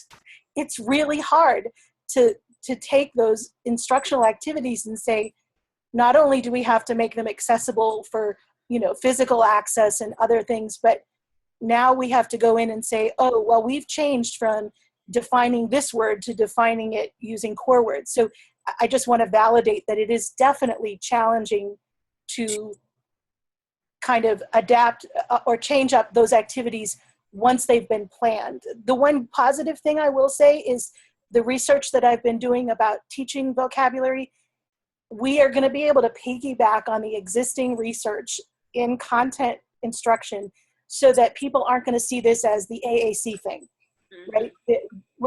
There is research that exists that we can use to tell the teachers what it is that we're trying to do in language that they're going to understand. So it doesn't have to be something that's brand new and different and just for this kid. So, and that's something that Erin and I are going to work out this summer. And for sure, because I'm getting paid to do this by the university, I will have completed examples of what this looks like by the end of the summer, by mid-August. So I'm happy to share those with folks if they then want to share it with their teams for how this might look. Awesome. And that's exactly what I was trying to do with this, was extend what we know about how to teach gen ed to our kids, make it accessible to our kids, because really we're not trying to introduce some really special education thing here and make it fit in the regular classroom. We're actually just trying to extend what good teaching is. And good teaching is exactly this, right? Teaching kids new vocabulary and new ideas and building the ideas that they already have, making their own, what they already know, more complex and deeper, and connecting all of that. That part will be familiar to gen ed teachers. Hold on, there was just something in the chat, and then let me just show you these assessment slides really quick. Oops. Okay, so I think the chat's okay. So I don't know if this is helpful. I think, Maureen, you and I have talked about this, and you guys have seen this before, but when our kids are at the stage where they're more receptively taking it all in, rather than actively participating yet, it can just be really helpful to have some clarity on what it is we're looking for. So we developed this participation rating scale and this engagement rating scale. So participation, the first level of participation is just observing. It doesn't even have to be an adult model. It can be just observing a model. If a student is just observing someone else navigating and generating language on their AAC, then their participation level is a 1. If there's some kind of prompt, like we're touching the folder, we're touching the iPad, we're touching their hand, just tapping their hand to suggest, then, then that's the next sort of level. If we're saying to them, is there a word here? Is there something you want to say? Tell me that's it. If we're not providing any physical prompt, or if they're just independently, if they're initiating on their own and independently, then, and I think that this will be changing, but anyway, I was just trying to give teams a measurable way to talk about how that student participated, how she participated today, so that we could see a growth in participation over time, and we could set goals. We could say that right now she's 80% observing the adult model. 15% of the time she participates as long as she's had some form of physical prompt, and 5% of the time she's participating as long as we give her a verbal prompt. Well, then our goal might be by the end of the term that 50% of the time she'll be observing and 20% of the time she'll be participating with a verbal prompt. And we're hoping to see independence maybe 5% of the time. Do you see what I'm trying to do with that? I'm just trying to, I think Maureen will do something better with it than what I have, but that's what I thought. And then the engagement rating scale is how engaged was the student with what we were doing. So while we were modeling, while the small group was working on it, were they aware of it? Were they refusing to be part of it? Because I had a whole discussion with the team, and we decided that you're more engaged if you're refusing than if you're just kind of generally know it's over there. Are you starting to respond? Are you showing higher levels of engagement? You're really looking, you're leaning, maybe you're vocalizing, you're really watching them. You guys know what it looks like when our kids are really engaged. Are you participating? Or can we just say, tell me about a pyramid, and you're immediately looking at your AAC and starting to try to navigate to find words that. So again, I'm trying to improve this, but that's one. Another team took a look at that, and this is how they adapted. They wanted to call it a motivation scale instead. So they said sometimes their student is unmotivated, and this is what it looks like. Sometimes he's somewhat motivated, and this is what it looks like. When he's somewhat motivated, he gives some visual regard to what the other people are doing and materials they're using. He responds as long as he has lots of prompting. He responds as long as he has incentives, like there's going to be a reward at the end. And here's what it looks like when he's motivated. When he's really motivated and engaged, he's giving good eye contact. He's really looking at the materials. We're using minimal prompting. And this is how they kept their data. So they could say that our goal, if right now 20% of the time we can describe him as motivated and 50% of the time he's unmotivated, then our goal by the end of the term is that 50% of the time he'll be at a number 3, and they could actually keep data. And they were using this in their data sheets as well to see what the patterns were. And they noticed, for example, that he was very unmotivated in science and very unmotivated in literature, but was actually really motivated during phonics. So that was just really interesting to get that information and what was happening that was different in one, or what could we do to work on it. So anyway, so that's another idea.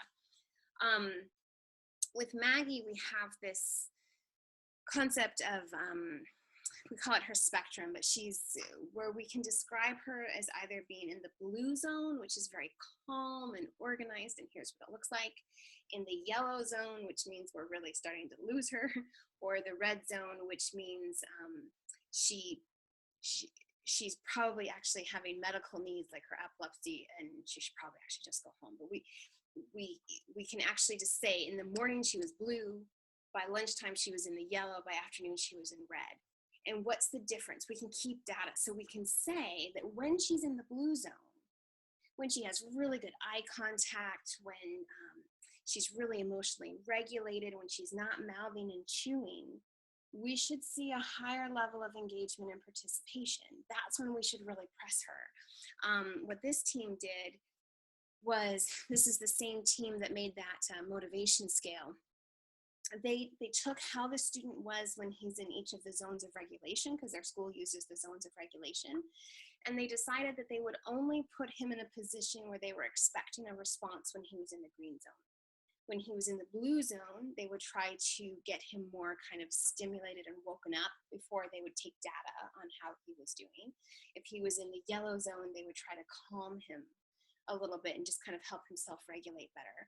And then they would jump into the activities. But all they were trying to do was figure out, how do we make all of these activities more meaningful? Are we going to move ahead with modeling language, with descriptive teaching, with all of this, if he can't even sit down, if he's running around the room and grabbing other people? And they wanted a way to keep data on how he was doing, because they believed that when he was green, when he was in that green zone and he was really organized and responsive and observant, that's actually when they were seeing what he knows. And if they were simply keeping data every time they do an assignment, but sometimes he was in the yellow zone and sometimes in the blue zone, they wanted to be able to separate that data out, because they felt that it wasn't an accurate reflection of what he actually knew. So I just wanted to show you that, because I thought it might be helpful. One way we've done that with Maggie, so we just invented this participation rating scale and engagement rating scale. So this assignment comes home. You can see the letter M next to Maggie. And if I tell you that for the name writing part of that worksheet, she was a 1A, then I know that she observed someone else write her name and she was aware of it, and she had no further level of engagement. If I say that on the name writing part where it says name and there's that M and Maggie, and you see that she got a 4E, then I know that her aide had to give her a verbal prompt to write her name on her sheet, and she actively participated. That tells me she picked up the pencil and she actually wrote the letter M. So you see the difference there. If we have some kind of scale that tells us. So then if we look at the actual worksheet, she was supposed to describe the emotions of a character during a very specific part of this story called Everest. So what would happen is the teacher would put a sticky note next to the paragraph that Maggie was going to respond to. There were short passages. The educational assistant would read that passage to her and say, and scaffold her, navigate her to her feelings page and say, now you tell me, how did that character feel? You can see here that she wrote, thankful, good, awake, happy, feel. If I get that thankful, good, awake, happy, feel with a 1A, then I know that the aide modeled all of that. But if I get that with, say, a 4D or a 3D, then I know that there was some prompting, like Maggie's hand was touched, the iPad was touched, that kind of thing. But she was actually engaged in initiating. She chose those words herself. So that's how I use these scales, because otherwise I get stuff home and I can't necessarily make sense of what Maggie did. So from what the team told me, the way the worksheet's done, the aide has scribed what Maggie said. So you can see that one line says, relaxed, homesick, not really come. The way she described that, so Maggie said all that. She used her AAC to say relaxed, homesick, not really come. We could totally say that that was a level of participation of a 2 and a level of engagement of a B. She was actually refusing to respond, or you could say it was a C. She responded, but she was paying no attention. She was not engaged. She had asked for a break and they had denied it to her. And having that little code to tell me how she responded gives me so much more information than simply giving me the worksheet. And it gives us so much more information for assessment at the end of term. So the ways that we can use, you don't have to use these tools because I really think they need to be improved, but the way we can use them, like for example, to talk about goal setting, rather than the child's going to get to some independent level of mastery by the end of the term, we can increase the percent of time that our student is in the most regulated state. So if our school is using the zones of regulation, can we increase the percent of time that our student is in the green zone? And this kind of forces the school team to really think about what are the strategies they're going to use when the student is sort of in that blue zone and is just really understimulated, and what are the strategies they're going to use when the student is really getting too stimulated. It just kind of makes them more intentional. Otherwise, it's really common for a school team to say, let's just take this kid on a body break. Let's give him a break. Let's give him a walk. Let's go do a sensory activity without making sure it's a really targeted one. So let's see, can we increase the percentage of time that our students in their most regular state? Can we figure out what their baseline is and increase how often they're there? Can we increase their level of participation? So if we know that their baseline is mostly observation, then what are our goals about slowly getting to a more independent response? And can we increase their level of engagement and motivation? If most of the time they're aware, if 50% of the time they're just aware, 20% of the time they're actually refusing, and 30% of the time they're responding, which in this one guy meant that he had learned that when teachers put something in front of them, he's supposed to touch something. He didn't really care what he was touching. He had just learned through years of school that if you put something in front of him, he's supposed to touch it. They wanted a way to capture that. What is the difference between he just reaches out and touches something versus he's actually looking at each option and selecting them? And so they kept data, and they felt that like 75% of the time he was just responding. He wasn't actually engaged. He wasn't actually participating. So they kept data, and then that became part of the IEP goal, is to get him participating at a higher level, that kind of stuff, a greater percentage of the time. So I just thought that might be useful to see as you think about the rest of this, right? So if, say, we're going to try to do descriptive teaching, we're going to be doing modeling, we're going to be filling out these bubble maps. Right now, our student is mostly just watching this happen. 50% of the time, he's actually even refusing to be part of it. Then how can we write goals that actually get him engaged? Then that's kind of what I'm suggesting. Does that make sense?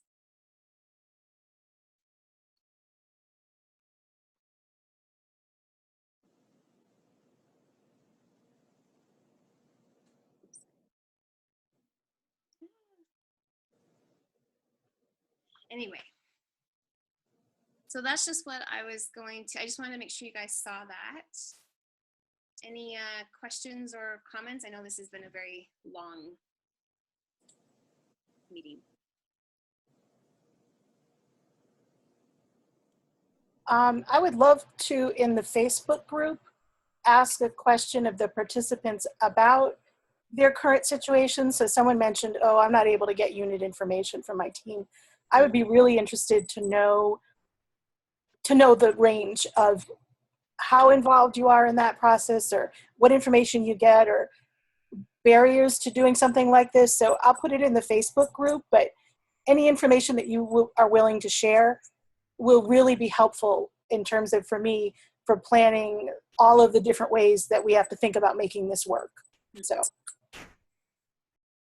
And I think sometimes what we need is more ways to ask the question. So if we say, can you tell me what you guys are studying for the next month, we might hear it back in different ways. But if we can say, hey, can we just sit down with the grade 4 science curriculum? Can you give me a general sense of when you're going to cover this versus that? Or do you have, because all teachers are preparing like their long range lesson planning and that kind of stuff. Just figuring out how the teacher has that information organized and how we get access to it are often two different things. So the teacher should have something organized, but when we ask for it, we might not be using the right words or language. They might see that as a brand new task that we're asking them to do, which is to give them this information, and they might already have it organized somewhere.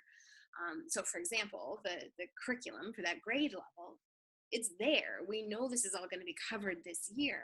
What we actually need is just 5 minutes to sit down and say, oh, we do that in the fall, we do this in the spring. I would expect to start this after spring break, that kind of thing.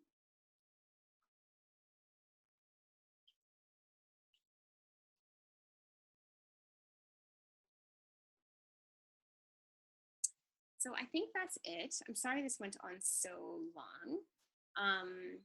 I would just end it again with my caveat that if we can do something in the classroom, if we can do a lesson, if we can do an assignment, if we can do a small group activity and we don't need the student's communication system to do it, then we're not developing their language.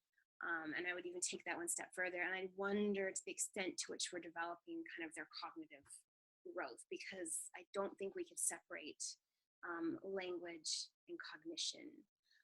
If you only are taking things in receptively, then you're just not going to have the same level of cognitive growth. So I think that that's, to me, that's really the ultimate goal of all of this stuff, is to make it as feasible as possible to always include the student's AAC.